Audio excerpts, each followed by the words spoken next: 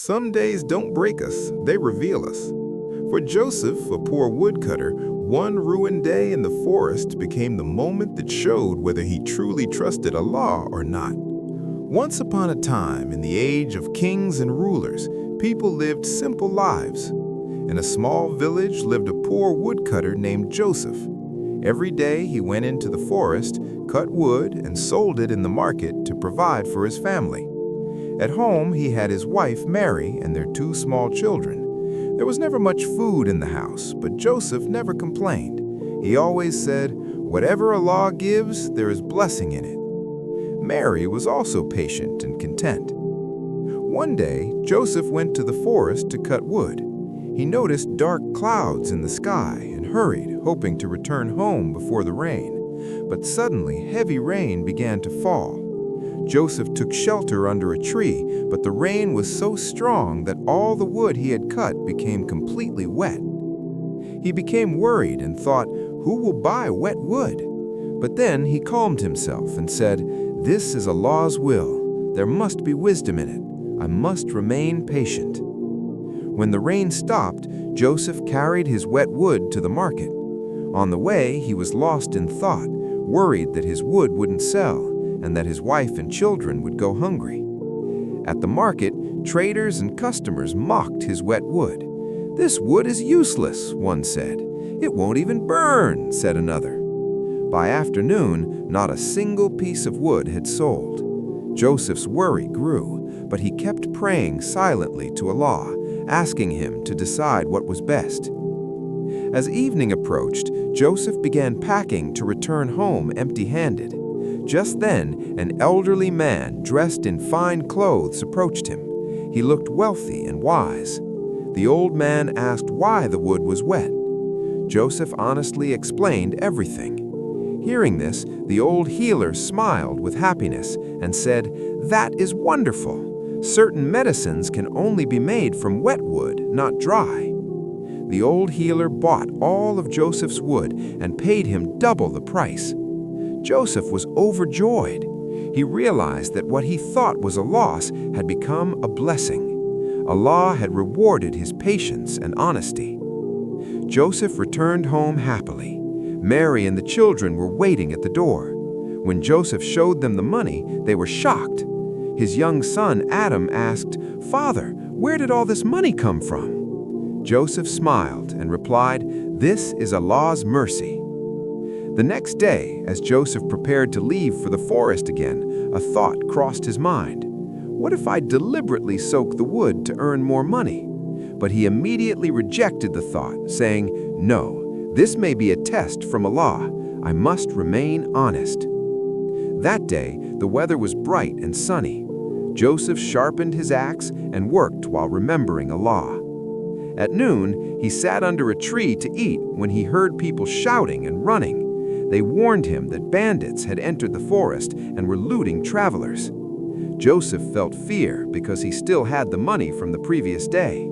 But he reminded himself, whatever happens has Allah's wisdom. As he prepared to flee, he saw an old man hiding behind a tree. It was the same old healer.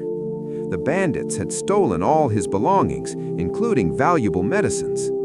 Joseph comforted him and said, "Do not worry, I will guide you safely to the city." Leaving his wood behind, Joseph led the old healer through hidden forest paths, believing that helping others pleases Allah. On the way, the old healer asked why Joseph was so kind.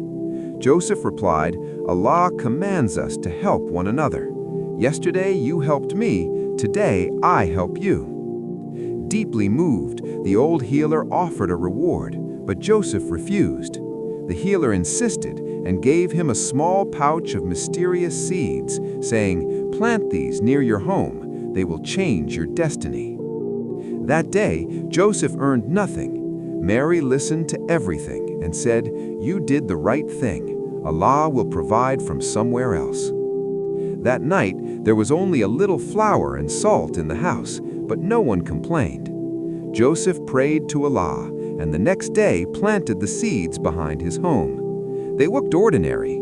He watered them and prayed for blessing. When Joseph returned later that day, he was astonished to see small plants already sprouting. By the third day, golden fruits appeared. Inside each fruit was something like a pearl. Joseph took the fruits to the city market.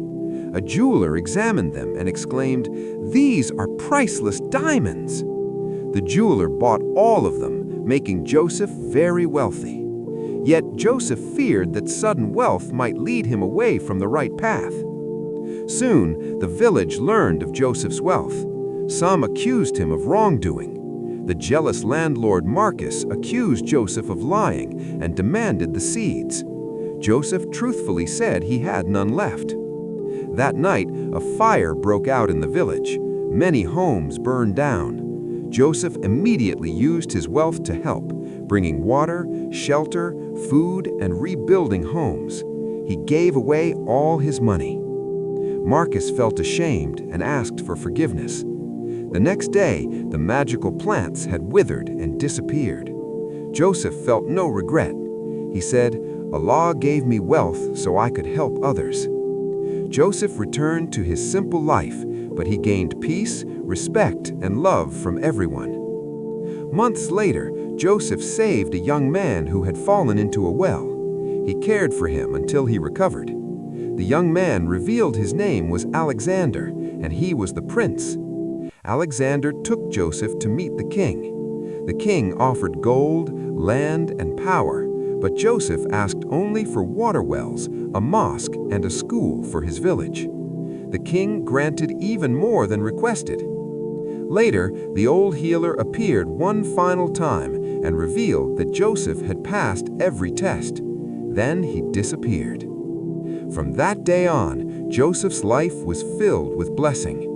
Whenever people asked about his success, he would say, "Trust Allah, be patient, and always help others. Allah never abandons his servants."